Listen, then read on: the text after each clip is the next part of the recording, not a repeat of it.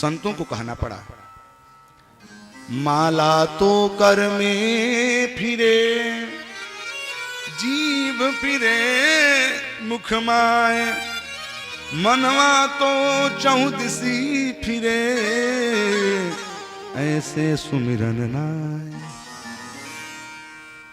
मुख में राम राम चल रहा हो, मन चारों तरफ दौड़ रहा है, तो ऐसा स्मरण हो ही नहीं सकता। ऐसा स्मरण करना दोषपूर्ण है।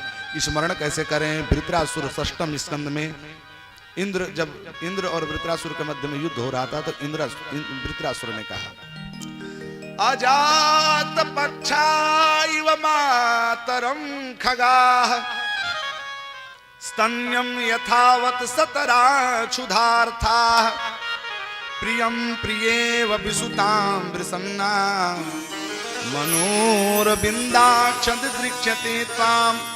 हे अरविंदाक्ष, हे परमात्मा मेरे कन्हैया, आपके चरणों में हम लोगों की स्मृति ऐसे बन जाए जैसे अजात पक्षा इव मातरम खगाः। जैसे घोंसले में एक छोटी सी चिड़िया जो उड़ नहीं सकती है, वो बैठे बैठे केवल मात्र अपने माँ का चिंतन करते कि मेरी मैया आएगी, मुझे दाना देगी, हम खाएंगे, यही चिंतन करती है, राम राम नहीं करती। जैसे एक खूंटे पर बंधा हुआ बछड़ा अपने मैया की प्रतीक्षा करता है कि मैया घूम करके आएगी, मुझे स्तनों का पान कराएगी, हमें भोजन देगी, हमें दुग्ध पिलाएगी, चिंतन करता रहता वो बछड़ा, राम राम नहीं करता। हे प्रभु, आपके चरणों में हम लोगों का स्मरण ऐसे बन जाए जैसे प्रियम प्रिय व विसुताम विषन्ना। जैसे एक प्रेमी व्यक्ति अपने प्रियतमा का अहर्निश चिंतन करता रहता है, जैसे एक माँ अपने पुत्र का सदा सर्वदा चिंतन करती है। आप लोग बताइए मैया, बाबूजी आप ही लोग बताइए, आपके पुत्र यदि कहीं बाहर में कमा रहे हों तो क्या आपको ये किसी के द्वारा कहना पड़ता है कि तनी अपने लड़का के भी याद कर लीजिएगा?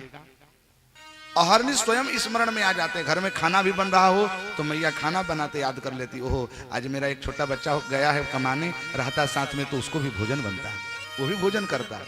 झाड़ू लगा रही हैं, उस समय भी स्मरण हो जाता, ये कमरा मेरे छोटे लाला का था, गया है कमाने, आएगा 1 महीने में।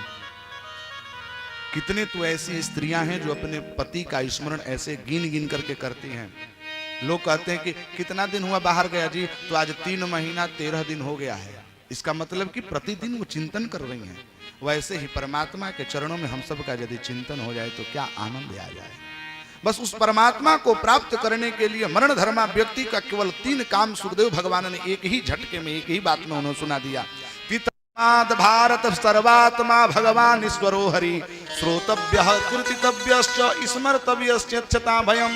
भगवान की कथा को सुनो, भगवान की कथा का गुणानुवाद करो और भगवान के चरणों का ध्यान करो। परीक्षित बोल पड़े कि बाबा ध्यान करने की विधा क्या है, कैसे ध्यान करें? परीक्षित जी से सुखदेव भगवान कह रहे हैं ध्यान करने की एक विधा है, जितासनो जित श्वासो जित संगो जितेन्द्रियः, स्थूले भगवतो रूपे मनः संधारये धियः। सर्वप्रथम अपने आसन को जीतो, प्राणायाम आदि करके अपने श्वास पर विजय करो, श्वास को जीतो।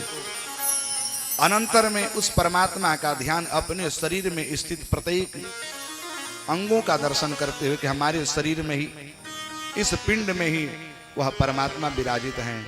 परमात्मा का नख से सीख पर्यंत चिंतन करें। संचिंतित भगवतस् चरणारविंदम, वाह इस संपूर्ण पृथ्वी में परमात्मा का दर्शन करे। कैसे? जैसे मान के चलिए कि कहीं पहाड़ दिखाई दे तो ऐसे मानो कि ये पहाड़ नहीं, अभी तो भगवान के अस्थि पिंजर हैं।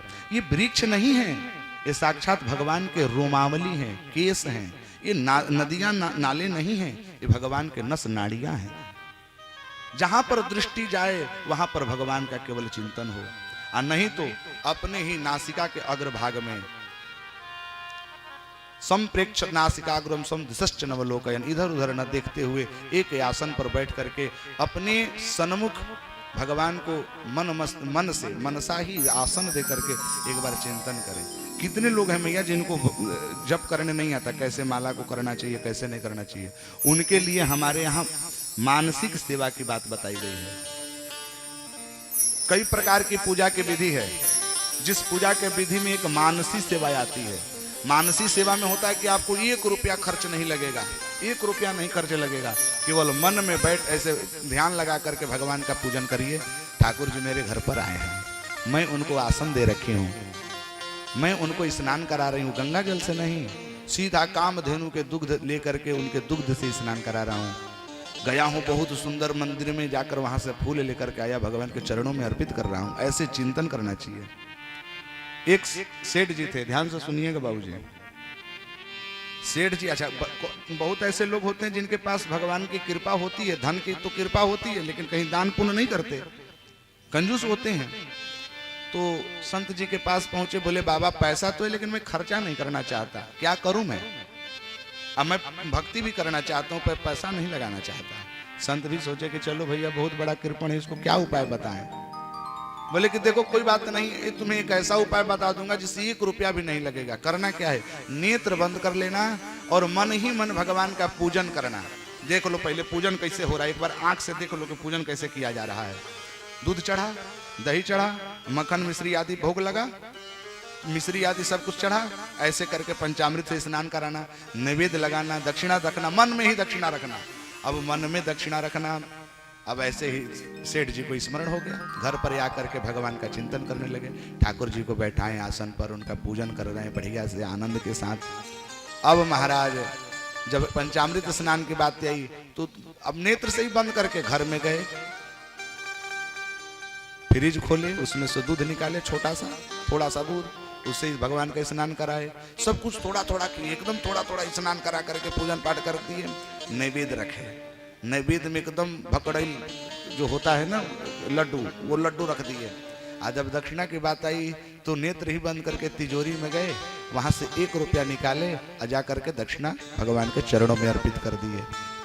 संत तो संत होते हैं, कान में आकर के बोले कि काये बचवा, माने मन से भी जब देवे के बाद तो 1 रुपया निकलता, जब मन से ही देना है तो भैया 1000 का नोट रख दो, जाता तो कुछ नहीं। लेकिन कृपण का भाव बताया गया है कि जो व्यक्ति जैसा प्रकृति जैसा स्वभाव होता है, सायस्य प्रकृति स्वभाव जनता के